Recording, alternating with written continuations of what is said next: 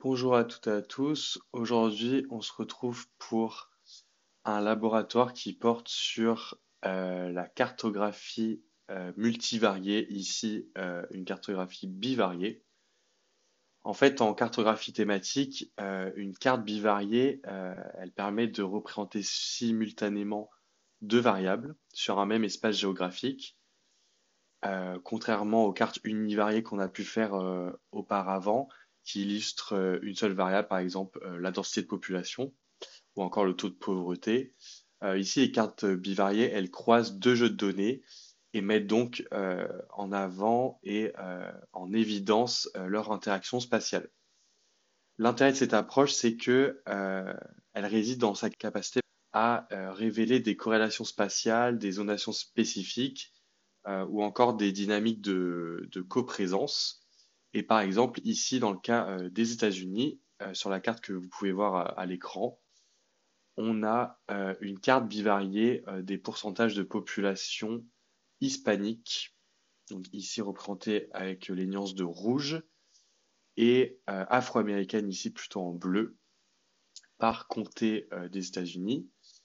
Et cette carte, elle peut aider à mieux comprendre les dynamiques démographiques ou encore les héritages historiques de migration et les structures socio-économiques euh, qui influencent la répartition de ces groupes de population. Donc, dans cet exercice, le but c'est de construire cette carte bivariée en croisant deux variables. Donc ici le pourcentage de population afro-américaine et le pourcentage de population hispanique, afin d'identifier par la suite et d'analyser leur distribution spatiale. Donc, dans un premier temps, les données, elles proviennent du recensement euh, démographique de 2010 aux États-Unis. Donc, on va aller tout d'abord explorer les données. Donc, on va repartir de la couche de base. Donc, ça, c'est celle des États. Et nous, on va faire la carte au niveau des comtés. Donc, je vais juste styliser par-dessus les États pour que on puisse voir leur délimitation. Donc on va mettre la couche en transparent. Et on va mettre un contour de 20. On va appliquer. Et ensuite, les comtés, on va les mettre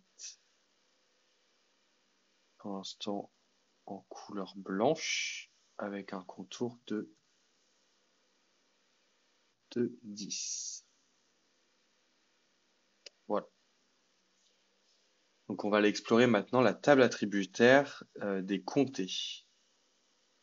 Donc tout en haut, on va dans table attributaire. Donc dans la table attributaire, on a le nom de chaque comté. Donc dans la colonne Name 1, le nom de l'État qui lui est associé, ainsi que l'abréviation. On a sa superficie et enfin les champs qui nous intéressent pour cet exercice, ce sont la population totale, donc Total Population 2010. Donc par exemple, ici on peut voir que le comté qui a le plus d'habitants aux États-Unis en 2010, c'était le comté de Los Angeles dans l'État de Californie. Et ensuite, à côté de la population totale, euh, on a la population par groupe ethnique. Donc white, black, amérindien, asiatique, communauté du Pacifique, autre ethnie, euh, une personne qui a deux ethnies ou plus, et ensuite les hispaniques. Donc dans un premier temps, on voit que ici on a des valeurs euh, quantitatives absolues, et le but c'est d'obtenir des valeurs quantitatives relatives, donc des pourcentages ici, des groupes afro-américains, donc Black 10, le champ Black 10, et hispanique, le champ HISPOP 10, par rapport au champ Total Population 2010. Donc, pour ajouter les deux champs qu'il nous faut, donc le pourcentage de population afro-américaine par comté et celui de la population hispanique, on va activer le mode édition juste ici et ensuite aller dans la calculatrice de champs. On coche bien créer un nouveau champ et on va commencer par la population afro-américaine. Donc on va l'appeler ce nouveau champ Black P100 pour pourcentage et on va le mettre en nombre décimal. Pour faire le calcul, on va toujours chercher le champ ici dans champ et valeur. Donc le champ c'est Black 10 fois 100 divisé par la population totale, donc tot pop 10. Et on fait OK. Et là, quand on va à droite de la table attributaire, on a bien ce nouveau champ qui est le pourcentage de population afro-américaine par comté. Et là, on voit par exemple que c'est dans le comté de Jefferson qu'il y a le plus grand pourcentage de population afro-américaine par rapport à la population totale. On reproduit la même opération pour la population hispanique. Donc je vais l'appeler ISPA-du-bas P100 en nombre décimal. Et là, cette fois, je vais chercher le champ ISPOP 10 fois 100 divisé par la population totale. Et je fais OK. Et on a bien le nouveau champ avec le pourcentage de population hispanique par comté. Et là, on voit que c'est dans le comté de Webb, dans le Texas, où il y a dans ce comté 95% de la population qui est hispanique. Pour sauvegarder les deux nouveaux champs, on reclique sur le crayon en haut à gauche et on fait Save.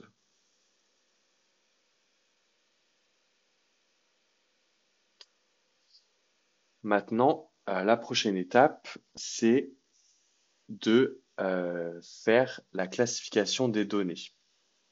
Donc là, en fait, j'ai tout simplement la carte qu'on est en train de faire, j'ai tout simplement trouvé sur Internet cette carte. Et dans la légende de cette carte que je vous affiche à l'écran, on voit qu'il y a 4 classes pour chacun des champs. Donc il y a la classe en pourcentage de 0 à 5, de 5 à 20, de 20 à 50 et de 50 à 95, ou bien de 50 au maximum en fait, jusqu'à 100% théorique. Donc c'est tout simplement ce qu'on va faire pour cette carte aujourd'hui. On va faire une discrétisation manuelle.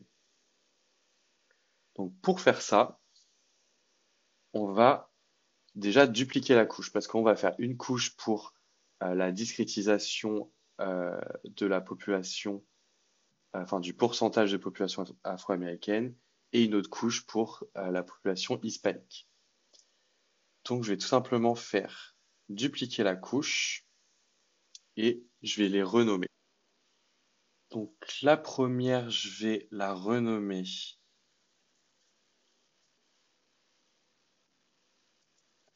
je vais mettre hispanique. Et la seconde, ça sera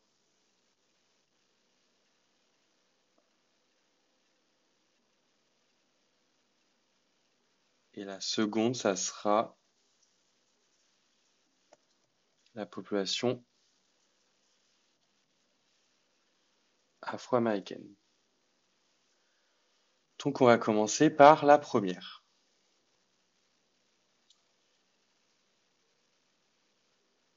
Donc pour faire la discrétisation manuelle, on va tout simplement dans graduer, on choisit le champ de pourcentage hispanique pour la couche hispanique. Et on clique sur intervalle égal. Nous, on veut 4 classes comme sur l'exemple. Donc on met 4 ici.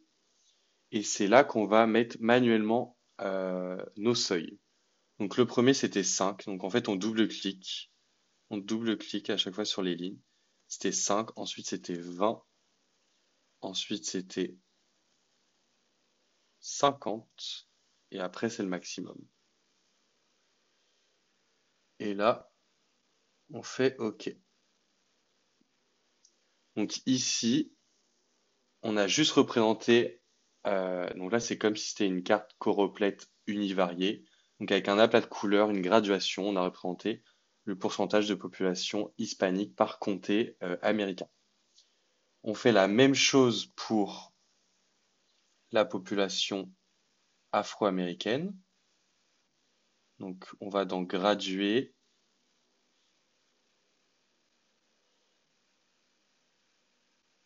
dans le champ black-du-bas P100. On va dans intervalle égal,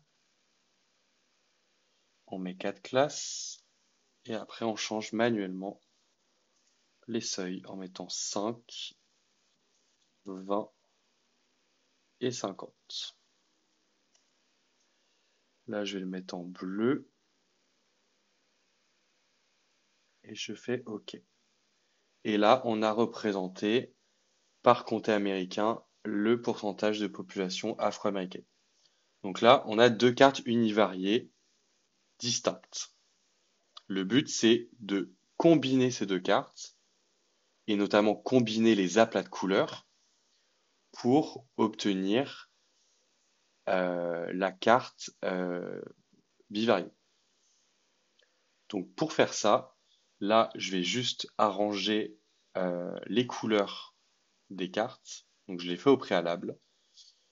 Donc je vais vous donner des exemples de colorimétrie, de sémiologie graphique que vous pouvez utiliser et qui sont conseillés d'utiliser pour les cartes bivariées. Parce que si on n'utilise pas des couleurs qui se mélangent bien et qui se distinguent pas bien, la carte bivariée ne sera pas lisible à la fin et le rendu ce sera pas très beau en fait. Donc je vais vous laisser des ressources pour faire votre choix de couleur. Donc moi je l'ai déjà fait au préalable, donc je vais réutiliser les couches que j'avais déjà fait pour arriver sur cette carte. Donc voilà, j'ai un peu arrangé la colorimétrie. Donc voilà, c'est toujours les mêmes seuils. On a hispanique et afro-américain. Donc on a la carte hispanique, la carte de la population afro-américaine. Et maintenant, il reste juste une dernière étape pour pouvoir combiner ces deux cartes univariées pour faire notre carte bivariée. C'est simplement de mettre la carte hispanique au-dessus de la carte de la population afro-américaine. Et en fait, quand on va double-cliquer, quand vous êtes dans votre module gradué où vous pouvez choisir les couleurs, etc. Là, mon affichage, il est un peu buggé, mais normalement, vous pouvez choisir vos seuils, etc. Vous allez tout en bas, dans rendu de couche, et dans le mode de fusion, dans couche, vous choisissez multiplier. Et quand vous faites OK, là, vous avez votre carte combinée. Donc on voit bien que maintenant, il y a des nuances de violet qui sont apparues lorsqu'il y a à la fois de la population américaine et afro-américaine, pardon, et hispanique. Donc par exemple, on peut comparer. Là, on avait juste la population afro-américaine, et là, on a rajouté en plus l'information de la population hispanique. Donc on a combiné les deux variables. Et hop. Donc on obtient bien la carte souhaitée, donc celle qui est en exemple au début de la capsule vidéo. Maintenant, il reste à faire la mise en page. Donc comment on fait une légende de carte bivariée? Donc notamment avec le petit symbole de carré, le petit cube avec les différentes couleurs, les différentes nuances, etc. de combinaison de couleurs. Donc en fait, tout simplement, sur QGIS, dans QGIS, il existe une extension qui permet de générer automatiquement cette légende. Donc vous allez dans extension, installer / gérer les extensions. Et voilà, je l'avais déjà tapé dans toutes. Donc pas dans installer ou dans non installer si vous voulez.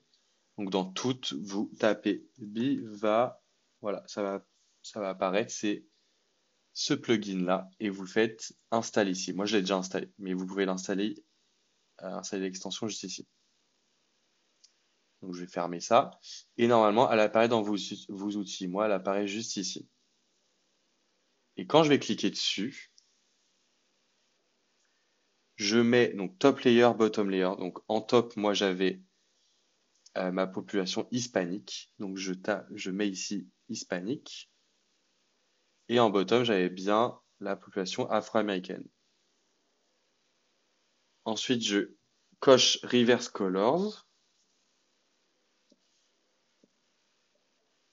Et moi je vais le mettre en 40. Enfin, par défaut, c'est à 20. Vous pouvez générer la légende. Voilà, c'est un peu petit, donc moi je l'ai mis à 40. Vous faites générer la légende. Et on voit bien que c'est bien multiplié. Automatiquement, ça a vu que j'avais utilisé la multiplication des couches pour pouvoir faire la carte. Et après, je pourrais modifier pour avoir un autre rendu. Mais pour faire une carte bivariée, il faut utiliser le petit module multiplié. Et voilà, après, vous pouvez exporter votre légende sous forme d'image. Si ça fonctionne pas, par exemple, là je suis sous Mac et ça fonctionne pas d'exporter. Le fichier n'est pas en PNG ni en JPEG. Donc peut-être que sur Windows ça fonctionne, donc à vous de tester. Mais sinon, vous faites tout simplement, moi ce que je fais, c'est une capture d'écran de la légende. Donc je fais une petite capture d'écran et c'est ça que je vais rajouter après manuellement dans ma mise en page cartographique. Donc voilà, donc je peux fermer ça et maintenant on peut passer à la mise en page de la carte. Donc pour faire la mise en page, vous allez dans Afficher le gestionnaire de mise en page, vous faites mise en page vide, créer. Moi je vais l'appeler carte bivariée États-Unis. Et là on arrive dans le module de mise en page.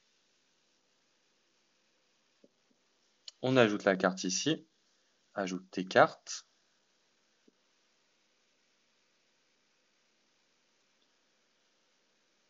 Et j'arrange le niveau de zoom. Je vais le mettre comme ça.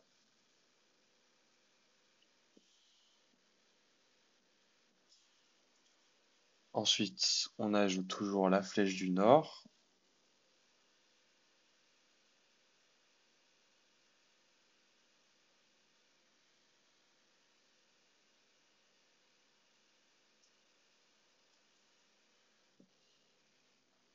Et ensuite, là, je vais pas faire toute la mise en page, je vais surtout vous montrer comment intégrer la légende.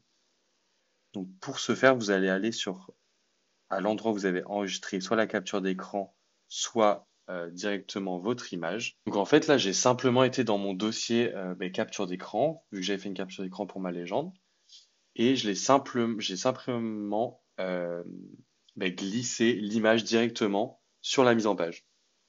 Et le carré est apparu. Donc là, je peux le grossir un tout petit peu.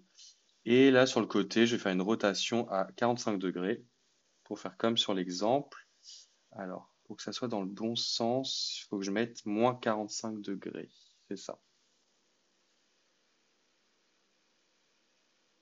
Donc voilà. Et maintenant, on n'a plus qu'à rajouter les pourcentages, donc les seuils, et indiquer que ici, c'est la population hispanique, ici, c'est la population afro-américaine. Donc en fait, vous avez juste à ajouter des zones de texte. Là, je vais mettre pourcentage hispanique. Donc c'est ici. Et je peux faire un copier-coller pour mettre pourcentage. Donc là, je reprends vraiment comme l'exemple. Donc c'était pourcentage. Donc black people. Donc, je mets ça ici. Après, vous pouvez faire pareil, rotation à -45 pour que ça soit bien. Voilà, vous pouvez faire ça. Centrer. Là, du coup, à 45 degrés pour que ça soit dans ce sens-là. Centrer par rapport aux extrémités du carré. Voilà.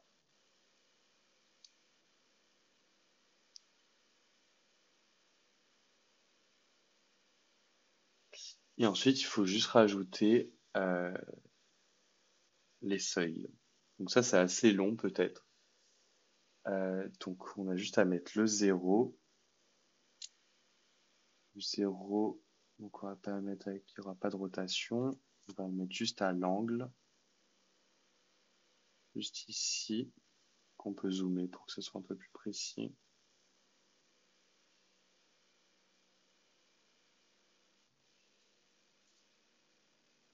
Et ensuite, là, on va mettre 5.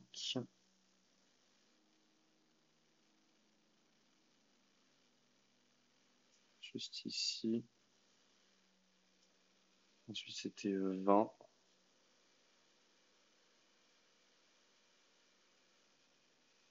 Et 50. Parce que du coup, après la dernière bande, c'était... On va faire comme sur l'exemple, parce que le maximum, c'était environ 95% à chaque fois. Pour essayer d'être un peu plus précis, on va faire ça. Et on fait la même chose de l'autre côté. Donc à chaque fois, je copie-colle.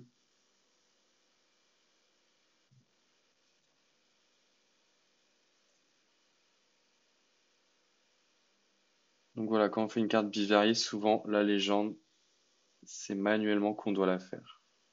Donc ça vous permet aussi de manipuler un peu plus les outils de mise en page. Et voilà. Donc ça, on pourrait le mettre en gras, un peu plus gros aussi, en 12. Et on pourrait le mettre en gras pour le refaire ressortir. Pareil pour ça, on peut mettre en 12 et en gras. Donc pour faire la légende, tout est manuel. Après, à vous de rajouter bien sûr les sources, la flèche du nord, l'échelle et un titre si vous le souhaitez. Voilà, c'est terminé pour ce module sur comment créer sur QGIS une carte choropleth bivariée.